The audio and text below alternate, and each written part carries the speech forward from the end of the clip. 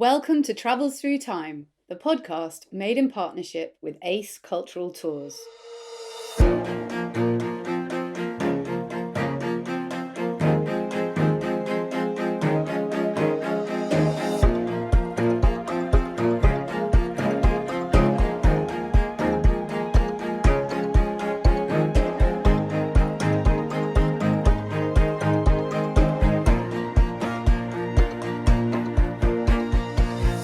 Hello, it's Violet. Today we're heading to the 1960s to meet the man who tried to uncover the difference between fate and coincidence. Have you ever had a feeling that something would happen before it did? Or seen something you couldn't make sense of? In 1967, the psychiatrist John Barker set up a bureau in the offices of the London Evening Standard newspaper, where members of the public could phone in and report their premonitions. Over the course of its brief 2-year existence, the Premonitions Bureau collected countless sinking feelings and strange suspicions. They were categorised, logged, and when a disaster occurred, they were cross-referenced to see how accurate they had been. As our guest today, Sam Knight, shows in his new book, the Bureau not only gives us insight into British social history, but into the human condition as well. Sam Knight is a British journalist who has covered subjects as diverse as the plans for the death of the Queen, sandwiches, and late capitalism. His work for the long read section of The Guardian and for The New Yorker has become influential and widely shared. Artemis spoke to Sam about his brilliant new book just last week. Sam, thanks so much for joining us today on Travels Through Time. This book is so extraordinary, it's so kind of haunting and, fascinating. So thanks for coming on to tell us all about it. Thank you for having me. This book is about, in my eyes, the kind of making sense of the difference between coincidence and fate, or whatever you want to call it, something greater, something more supernatural. And when I was reading it, I was kind of thinking about how we seem to be living at a moment in time where like disasters and evil seems ever more apparent and frequent. That was making me think about, why did you feel like now was a good time to write this book about how we as a human race make sense of disaster? Interesting. So I wish I could have like a nice sort of cause and effect for that, but the truth is that I kind of found out about the sort of the bones of this story quite a while ago, the best part of 10 years ago. But for lots of reasons, it was quite hard to find the time to do the research or kind of have the little, breakthroughs that I eventually kind of got to piece it together. But it's definitely been in my mind quite strongly while I was writing the book, which was during the pandemic. And, and the pandemic was a sort of almost a perfect example of a terrible disaster that was, how many times did we hear the word, unprecedented? It was this kind of thing out of a blue sky.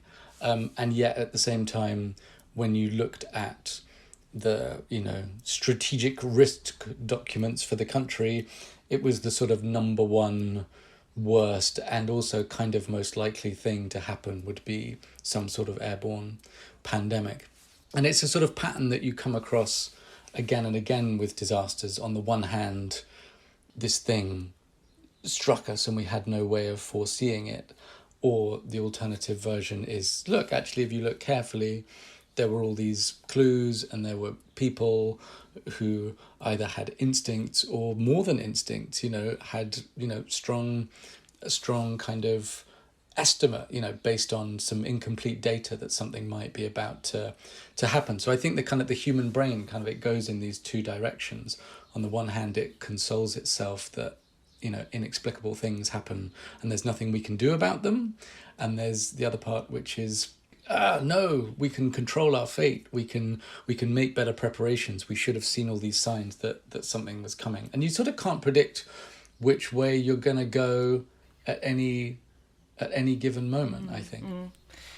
You use so many different kind of disciplines and area of study throughout the book to explain or make sense of these disasters or these coincidences. you draw on psychology and philosophy and medicine. Like, why do people who feel like they're going to die before they go into a surgery often do die? Because, and what's the kind of medical theory behind that, or theories of perception and time, and so much stuff. And I was fascinated to find out, how did you marshal all of these different disciplines into the book? So I had a few rules to help me sort of set the kind of the parameters. And one, the story of the Premonitions Bureau is a very British story, and it veers quite deeply into the uncanny and the supernatural, and then kind of out again and into sort of medicine and science, and how those things rub alongside each other. And I wanted it to, I broke the rules obviously, but the rules were that I wanted most of the research to be about a British history of premonition and prophecy and the supernatural and precognition and seeing things before they happen, and to just try and operate in that sort of social and historical context. I didn't want to be kind of drawing on, African or Maori beliefs about these questions, which, like prophecy and, fate and coincidence, these are pretty universal questions. So I wanted to kind of keep it within quite a kind of a British domain. I also wanted the action of the story, which takes place in the 60s, to always remain quite rooted in that period. So I didn't want to bring in too much stuff from after that period. I mean, I broke the rules around science and neuroscience because I kind of wanted to reflect that some of these things bounce off some quite contemporary ideas in those fields. But so I had some rules to kind of to limit the research, because it was just so much fun, and I just had to stop at some point and try and write the thing down. But I came to this subject really determined to try and remove it from the world of the paranormal, which is often a place where people are either trying to desperately convince you that something magical is real, or that it can't possibly be the case.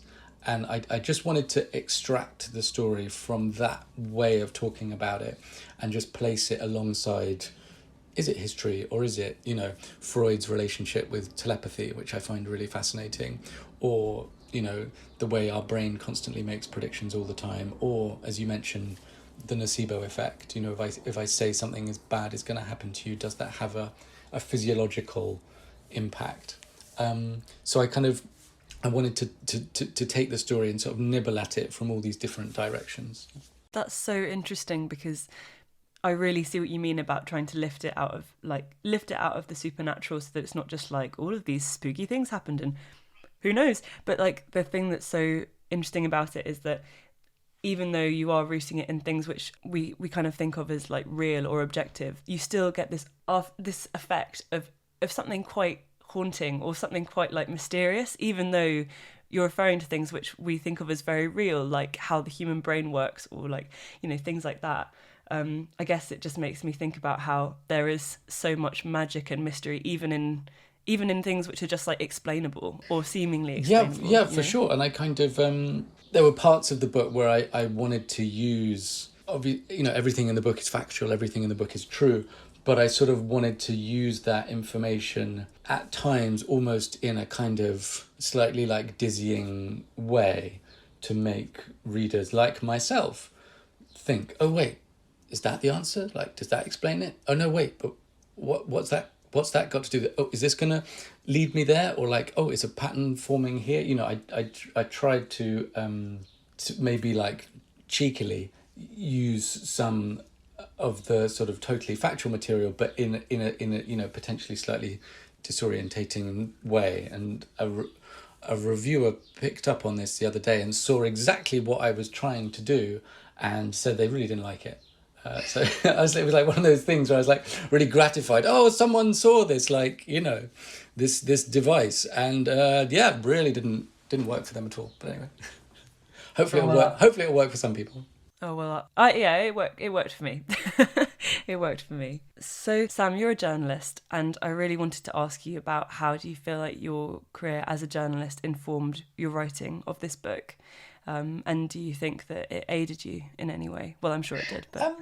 Yeah, that's really interesting. I mean, I kind of, I guess people all approach these kind of projects from different directions. I'm a magazine writer. I've been doing that for quite a while now.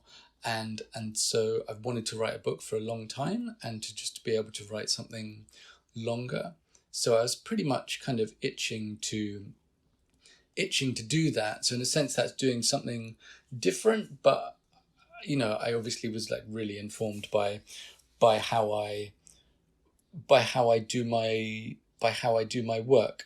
I think my journalism probably helped me to sort some of the research a bit, because I'm just used to working on a bit of a deadline, so that probably helped me not get totally overwhelmed. I think I was also probably pretty too scared of facing a completely blank page. It was always quite clear in my mind that this would be a confined, defined beginning, middle, end short book. And that's probably the only way I could have written it. Like, I think just the idea of like, I'm just going to launch into a non-fiction exploration of prophecy or something would have just done my head in.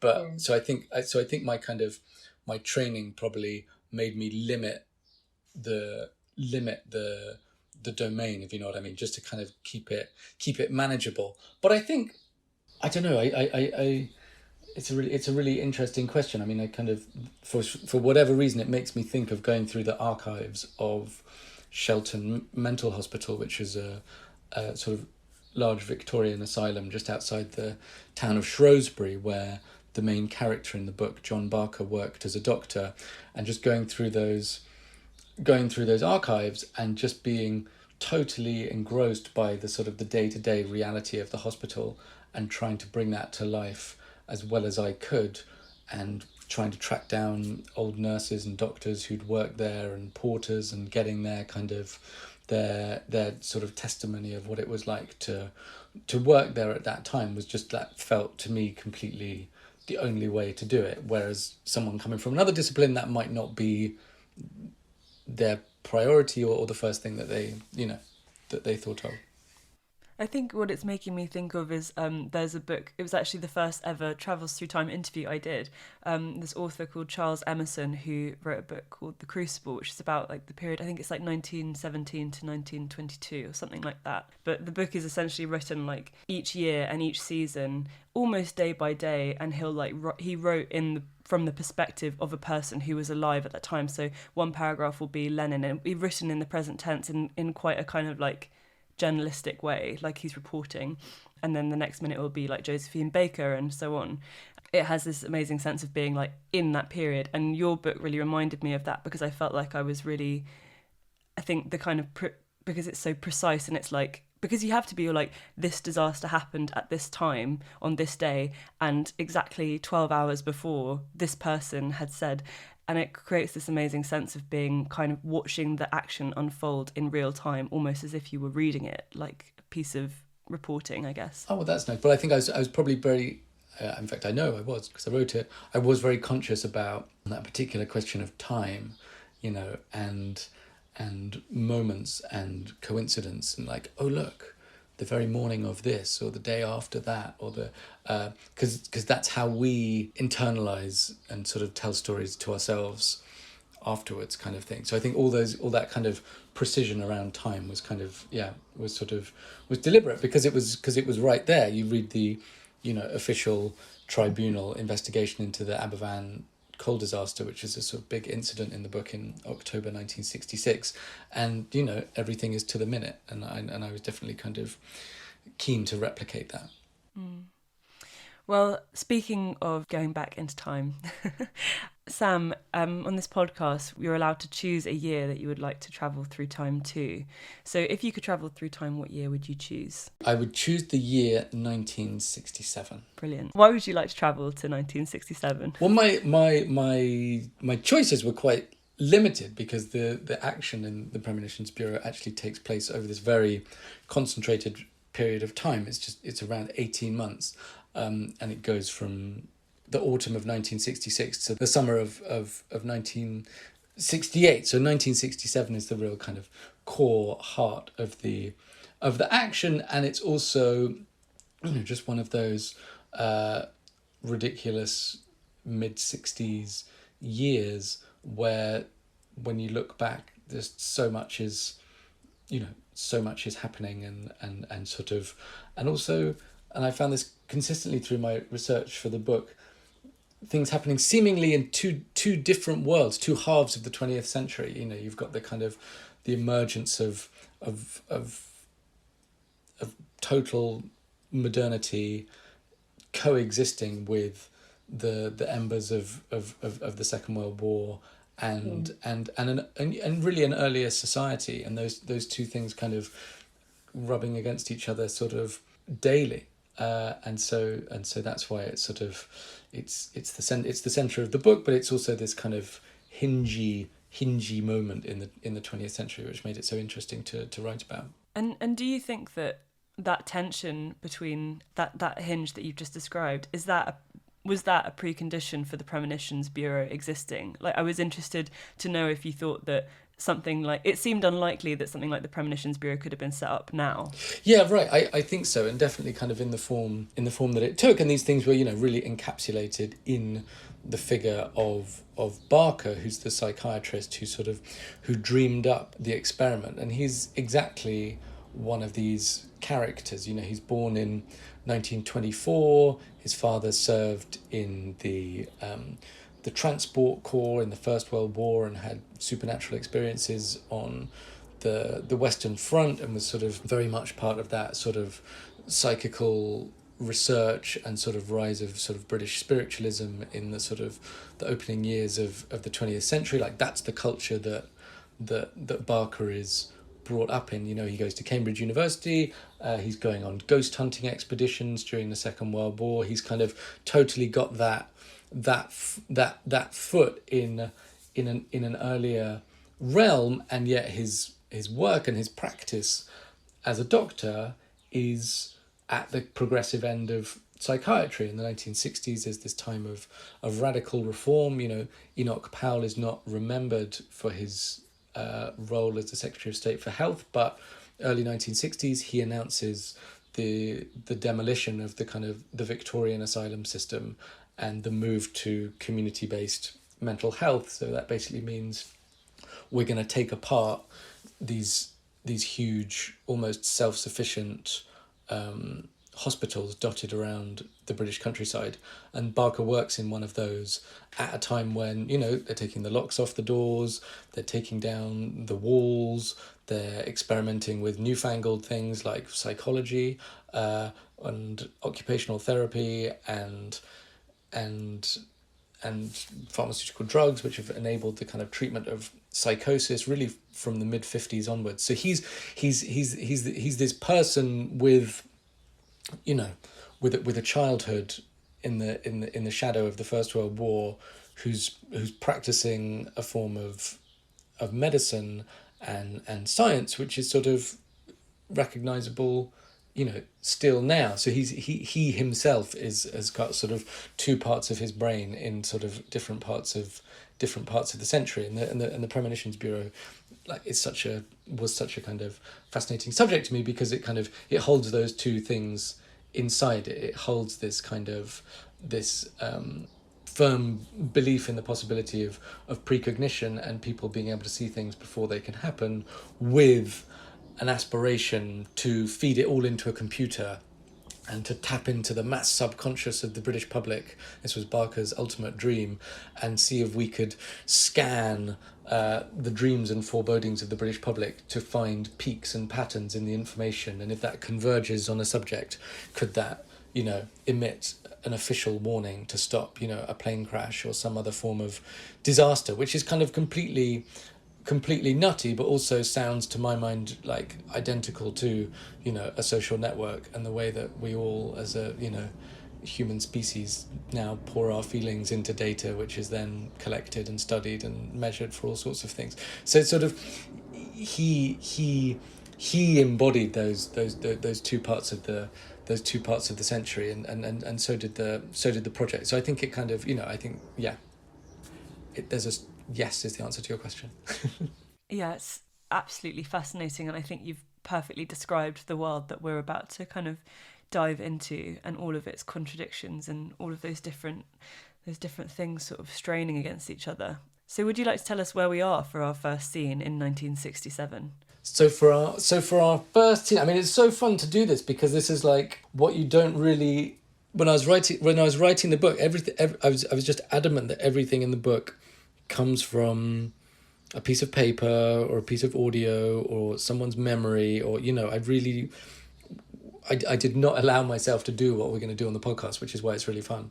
But I did not do, the light streaming across the room, the this, because I wasn't there, because I didn't see it. Do you see what I mean? But this idea kind of allows me to kind of play with that a bit. So on the morning of January the 4th, 1967, in the newsroom of the Evening Standard newspaper, which is overlooking a kind of courtyard just off Fleet Street. And the reason why I want to be at the Evening Standard is because there was Barker, the psychiatrist, who was the sort of the brains behind the project, and then there was a man called Peter Fairley, who was the science correspondent of the Evening Standard, who was the sort of publicist.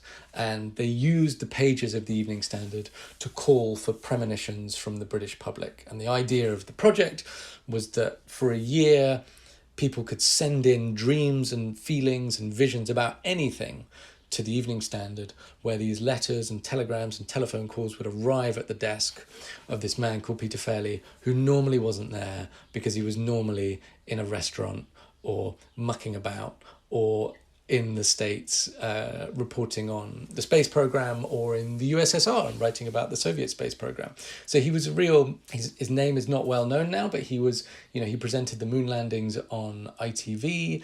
He coined the phrase the brain drain. He was a sort of really significant science popularizer in the second half of the 60s, and he was brilliant at what he did.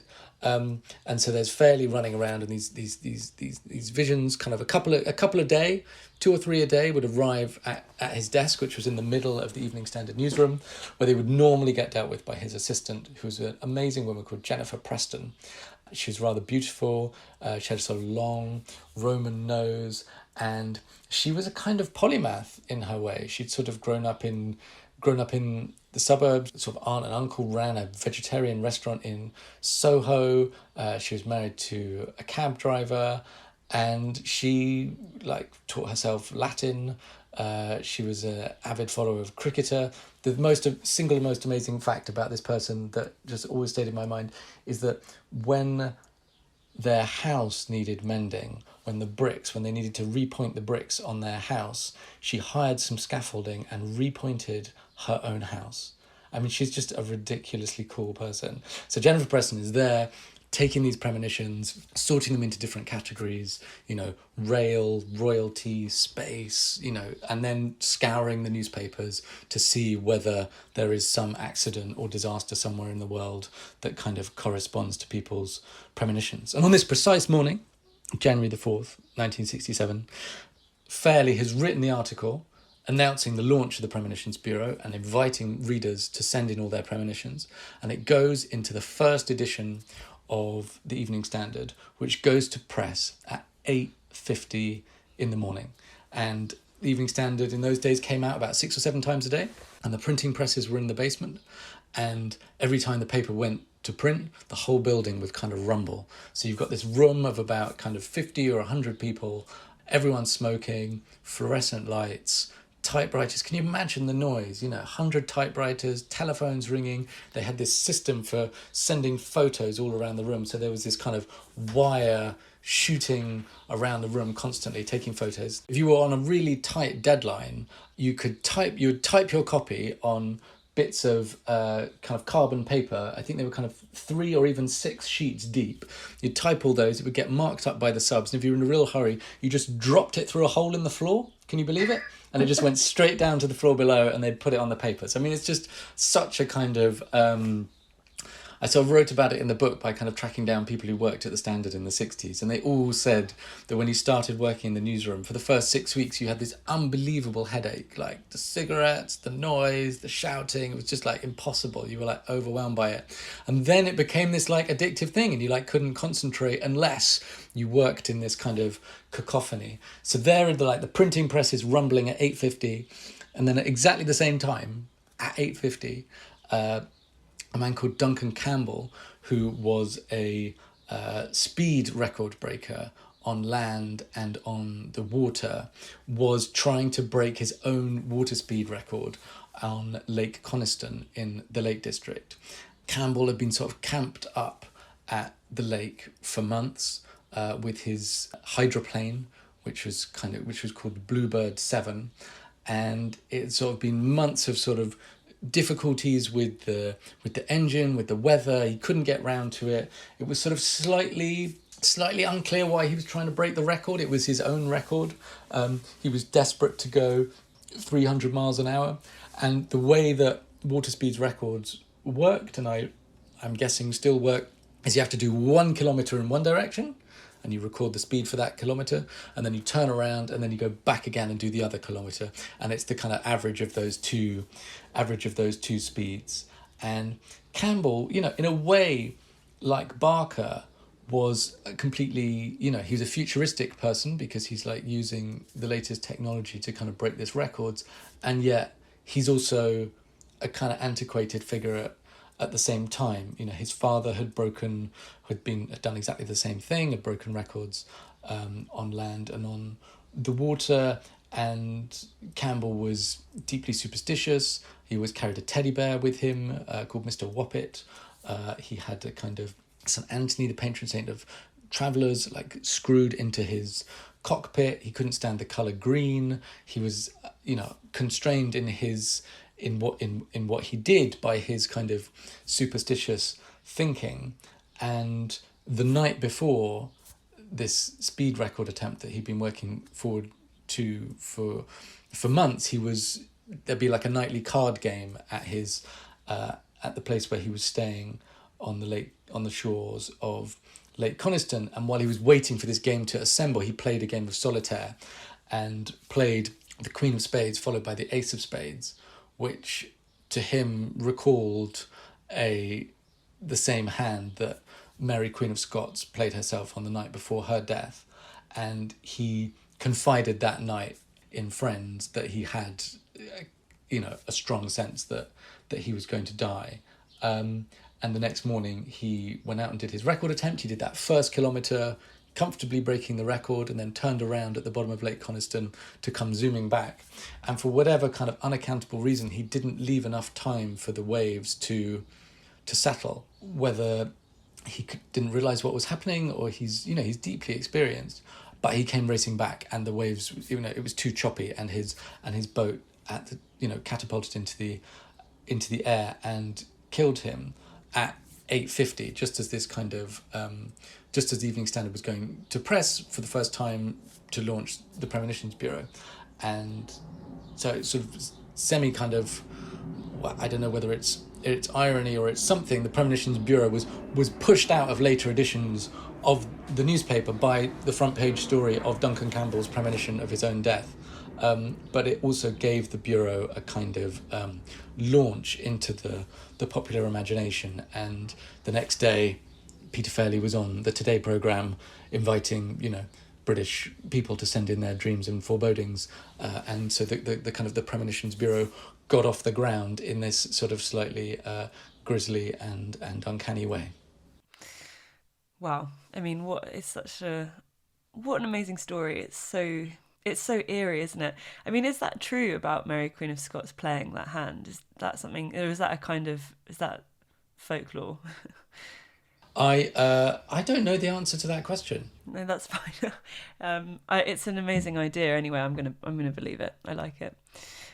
You described a bit about the kind of atmosphere and the environment at Fleet Street at the Evening Standard newsroom, and I was kind of interested to talk to you a bit about like what was the reaction to the Premonitions Bureau in that newsroom, because I'm imagining a kind of newsroom full of like cynical, kind of like hardy journalists, were Fairley and Barker kind of like not laughed out the room because they were successful in setting it up, but was there cynicism about what they were doing? Yeah, I wrestled with this as well, and I kind of and I think this is the past is another country, isn't it? In terms of, it's very difficult to separate our own. Was the Evening Standard newsroom full of like hard-bitten, cynical, ultra-rational types? Like seems like probably, but like was it? I wrestled with this because the editor of the Evening Standard at that time was this man called Charles Winter. So I feel a little bit sorry for him that he's like now basically the only way to describe him is the father of Anna Wintour, the icon of fashion journalism. But Charles Winter was this distinguished, classy editor. He made the Evening Standard a really wonderful newspaper in the 1960s by hiring incredibly young, brilliant writers.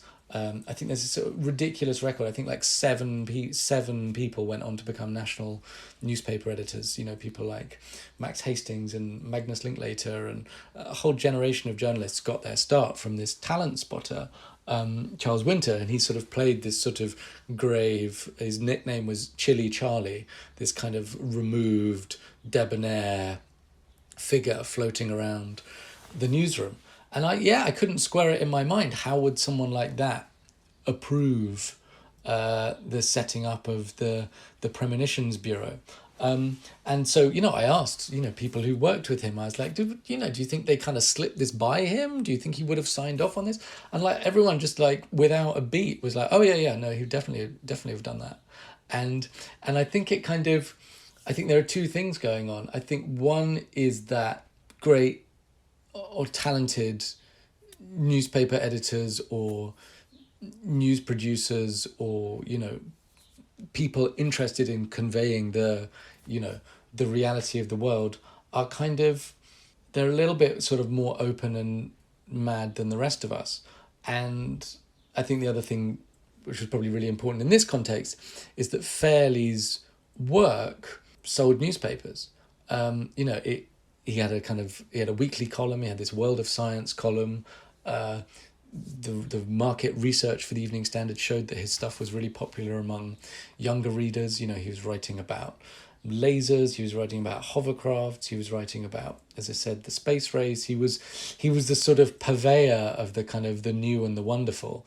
And so I think that probably gave him quite a lot of kind of capital to come into Winter's office and get him to sign off on it. And I'm sure there were editors and writers in the newsroom who kind of turned their nose up at it. But at the same time, the Evening Standard's in-house astrologer was quite a big deal, and people's horoscopes and palm readings, and it was more.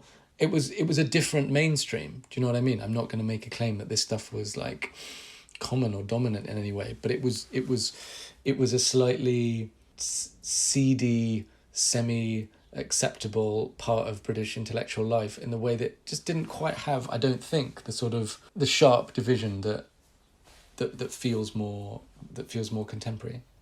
And I wonder as well if you were describing earlier about Barker's dream of being able to kind of marshal all of these premonitions into one big machine that would be able to kind of spout out information and data about upcoming disasters.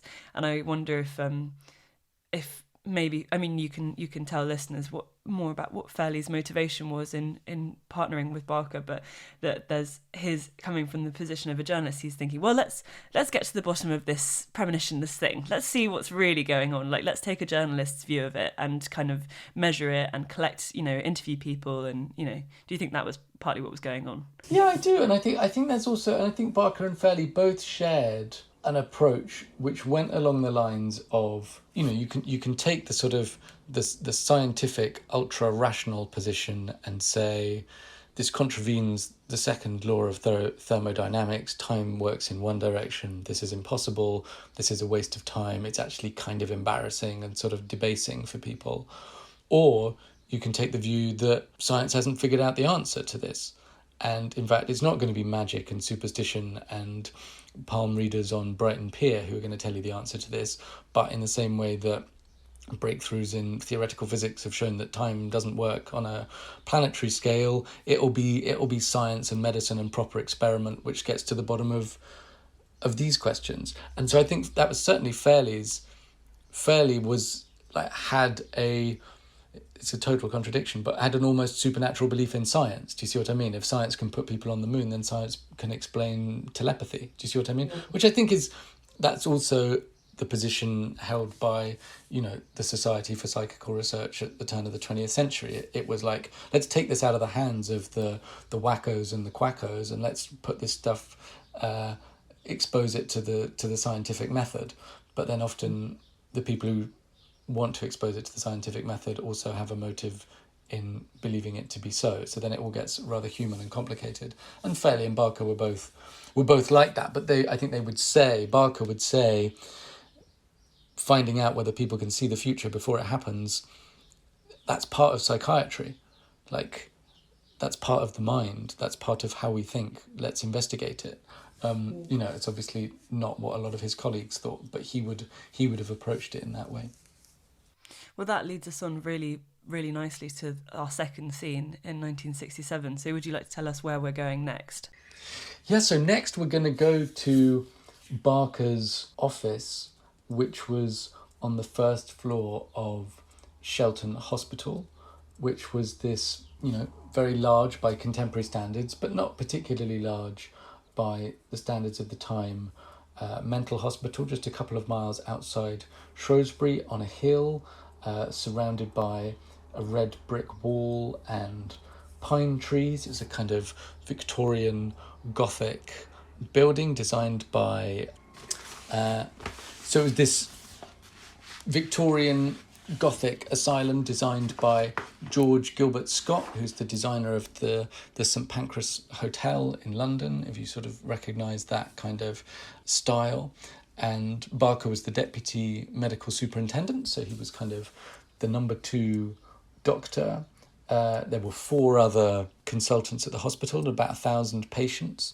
So he would have had 250 inpatients, and then he also had outpatients that he saw. They divided up the county of Shropshire and also over the border into Wales, into these 4 geographic areas. So his daily life was walking through the wards of Shelton, where a large proportion of the population were elderly, many of whom had been locked up there since their teens or their 20s, and about half the people in the hospital received no treatment of any kind at all. No drugs, no psychotherapy, no occupational therapy, nothing. They were just marooned in these wards. So it's this kind of stultifying, suffocating atmosphere of people who are profoundly mentally ill and not getting better and not expected to get better. And Barker was this restless spirit on 2 fronts. One, trying to, he was part of a kind of generation of younger psychiatrists trying to improve conditions in the hospital. So he started working there in 1963.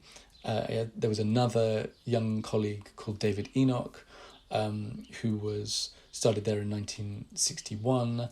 And between the 2 of them, they were trying to shake the place up. And by shake the place up, I mean just basic decency, like giving people lockers to store their possessions, or opening the windows on the wards, taking people for walks, taking people to football matches, having educational programs for the staff as well as the patients. Just sort of what seems now very kind of basic and sort of semi-decent conditions for people to live. And so Barker is in his office, and he's got this kind of busy, heavy workload as a practicing doctor. He's got 4 young kids at home, and he's also pursuing his esoteric research agenda of his own, and that goes from novel treatments in psychiatry. Barker was very interested in something called aversion therapy, which is trying to cure people of their addictions or unwanted behaviors through pretty kind of crude sounding methods, injecting them with sort of nausea inducing drugs or electric shocks. So outside his office, he had a fruit machine wired up to the mains. It could give you a 70-volt shock when you tried to play it, and he would use this to try and cure gamblers. And so he had a sort of range of research projects, as I say, ranging from this kind of fairly novel end of psychiatry through to things like the Premonitions Bureau and precognition. So on this day, which is in late April 1967, it's 10 o'clock in the morning, and Barker is in his office dictating a memo. And the memo is called Some Interesting Predictions and a Possible Death Sentence. And in this memo, Barker is describing a man called Alan Hencher, who was one of the two kind of star percipients, as Barker called them, who had sort of the best track records of predictions and premonitions that they were sending into the newspaper at that time. And in March, 21st of March, Hencher had called Barker at his house, which was just outside Shrewsbury at 6 o'clock in the morning, and given a vivid vision of a plane crash, and in which he said 123 or 124 people would die. And then a few weeks later, a plane crash happened on Cyprus at Nicosia, which seemed to kind of contain some of the details of Hencher's prediction, and in which 124 people were killed. And so there was this immediate kind of correlation between those two things, and that was the first sort of big success, in inverted commas, of the Premonitions Bureau, and they kind of publicised it in the newspaper. And so Barker was really interested by Hencher. Hencher's said that his premonitions were accompanied by these terrible headaches and kind of feelings of pain. It wasn't it wasn't a nice thing for him. He worked as a switchboard operator at the post office on the international switchboard, so he'd work night shifts and occasionally have these visions. And the night before the moment that we're talking about, so 1 o'clock that morning, Hencher had called Barker again, and this time Hencher had warned Barker himself that he was worried about his safety, and that he'd been worried about him all day, and was there a gas supply in his house, what colour was his car, and he was sort of scared that an accident was going to happen to Barker. And Barker asked him, is my life in danger? And Hencher said yes. And Barker was, obviously very shaken by this prediction about his own mortality, and was dictating this memo, which was a sort of patient history of Hencher, but also some of his own feelings about what it was like to undertake an experiment which explored premonitions of the future, and then to be caught up in it yourself. And I'll read a few lines from this memo. My reactions to this were naturally to be somewhat alarmed. I found it a little difficult to get off to sleep again, and have, of course, decided to take extra care while driving. It would be wrong for me to say that I was not frightened by a prediction of this nature. I intend keeping a diary from now on, and to record my reactions to this on a daily basis. I suppose anybody who plays about with precognition in this way, to some extent, sticks his neck out, and must accept what he gets. So this was it's a key moment in the book, and it was a key moment in my research of this subject. I kind of came across this memo in an archive in Cambridge University Library, and it's sort of probably never happened again, but that thing where you pulled the old piece of paper out of the brown envelope and was sort of sat there looking at this at the words of someone kind of facing this very sort of strange and unsettling moment where their experiment sort of seems to turn in on them. Well, thank you for describing so evocatively the hospital and the atmosphere there in Barker's work. I just wanted to ask you about something I was kind of struck by when I was reading the book. There's this slight incontinuity in Barker Barker's kind of thinking about the world and about people, that on the one hand he seems to be a very compassionate man, who's kind of, like you say, progressive, at the forefront of progressive psychiatry and treatment of people who are mentally ill, and also obviously very trusting of the participants in the bureau. But then this thing about the aversion shock therapy felt like very, I don't know, it felt like such a contrast to that. It was making me think, that maybe this is a world where people haven't quite figured out what it is that, they're kind of trying out all these different methods. Yeah, I know what you mean. And there comes a point, I guess I think two things. I think one is that people who have slightly irreconcilable parts of their personality are sort of inherently really interesting and kind of attractive to write about. And then I also think there's just there's the limits of knowing someone, and I guess that's obviously magnified when you're writing about someone in the past.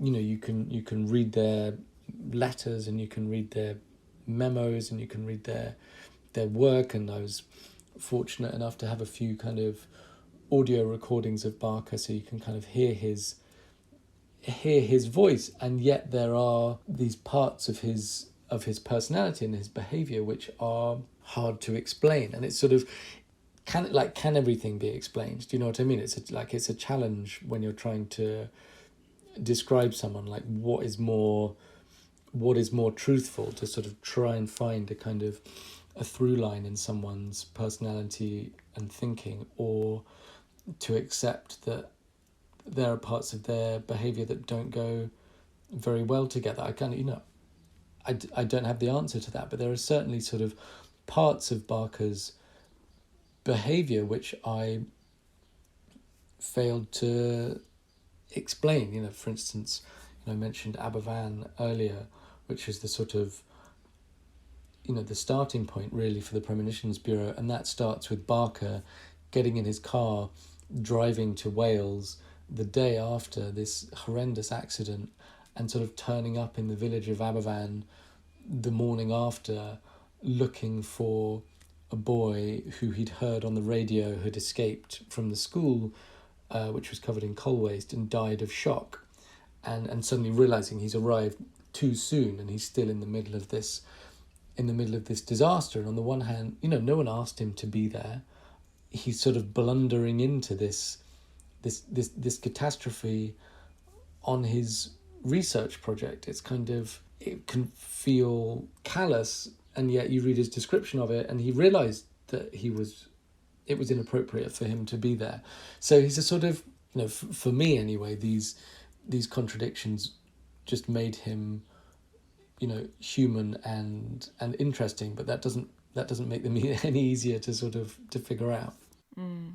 Yeah, and I definitely remember there's a bit in the book where you talk about a plane crash that Barker realizes he feels has been prophesized, and the description of the disaster is so awful, and then the excitement of Barker feels so cold and inappropriate. But he's excited. Yeah, he's excited, and he doesn't sort of bother to hide it. Yeah. Our partners, Ace Cultural Tours, may have just the holiday for you. Ace has over 60 years of experience in group cultural travel, and they offer a wide selection of historical and archaeological itineraries. Their schedule for 2022 and 2023 features tours covering the span of the Roman Empire across all points of the compass, from Algeria to Albania, Anglesey to Anatolia. Ace's tour to the heart of Rome will focus on the imperial period and includes a visit to the fascinating city of Ostia Antica, once the bustling port of Rome. Closer to home, a summer trip to the magnificent remains of Hadrian's Wall will take in sites including Vindolanda, where the famous writing tablets were uncovered. What better way to delve into the past than to follow in the footsteps of those who came before us? Find out more about travelling through time with Ace via their website at www.aceculturaltours.co.uk. So I think that leads us on really nicely to our final scene in 1967. So where are we going for this final scene? So I had trouble sort of pinning down a precise location for this, and I guess it's more a moment than a place. But the location is Hither Green railway station, which is a suburban railway station about... It's actually where I grew up. Oh, is it? Right, okay, so I Yeah. better get this bit right. 8 miles down the track from Charing Cross, on the train to Kent and the south coast. And on the evening of November the 5th, 1967, an express train from Hastings was making its way up the line to Charing Cross when it came off the rails about half a mile before Hither Green station and skittered along the track for about 500 yards, sort of derailed but upright, until it hit a changing point on the tracks, and 3 of the carriages were flipped onto their side, and it was a very serious train crash in which 49 people were killed. It was Guy Fawkes night, so it was dark, it was sort of light rain, there were fireworks going off, and the emergency crews, rushed to this train to try and pull people out through the broken windows on the top part of it. And the reason why this train crash was sort of important in the story of the Premonitions Bureau is that a couple of days earlier, in fact this was a Sunday evening, on the Wednesday of that week, a woman called Kathleen Middleton, who was a music teacher in North London, who was the other star seer for the Bureau, sort of described being sort of overcome by this feeling of depression and kind of sitting down in her kitchen, and she wrote this note saying that she could see a train crash and she could see the words Charing Cross, and she sent this to the Bureau on the Wednesday, and then likewise the accident happened the train came off the rails at 9:16 p.m. that evening, and Alan Henshaw was on shift at the post office, and he was overcome by this kind of crippling headache and was taken to the sick bay, where he said, there's been a plane crash. Sorry, not a plane. There's been a train crash, and he was of course right. And so that kind of apparent seeming sort of double prediction of this train crash, was very is exactly as you described a minute ago, sort of inappropriately exciting to the people involved in the project. And it was actually such a coincidence, or such a impressive moment that it was on the front page of the Evening Standard's rival newspaper, the Evening News, and Barker was on his way up to London the following morning, November the 6th, to give a presentation about premonitions and precognition at the Royal Society of Medicine, and he said, quite honestly, it staggers me. These people seem to be able to crash through the time barrier. And I guess I picked this moment because, in a way, it was a sort of a high point of the Bureau in terms of it. They really seem to be, in their own minds, on the verge of something really, really major. And I guess that was the reason why I picked that one. Yeah, I mean, how do you explain Middleton and Henshaw's premonition? I mean, when you were writing it, were you thinking, was there at any point in the book, in fact, where you were like, maybe this really is, there's something going on here? Because it is eerie, isn't it? Really eerie. So when I was writing the book, I was really informed by a piece of writing from another year, which was published in 1703, which was the description of the Western Isles of Scotland by a man called Martin Martin, in which there's a very good description of second sight among people who live in the Western Isles of Scotland. And even then, at the sort of the end of the 17th century, the dawn of the 18th century, it was in decline. But for a long time, seeing things before they happen, or seeing things at a distance, you see your neighbour have an accident in a field, even though they're on the other side of the island, and you rush over there, and yes, they've had some kind of farming accident. Or you see a funeral procession passing down the lane, but there's nobody there, but then your loved one dies a week later or something like that. These were very kind of commonplace and accepted part of how a community perceived reality in the Western Isles. And it didn't mean that they believed every single one, but when something came to pass in the way that they foresaw it, they didn't deny that either.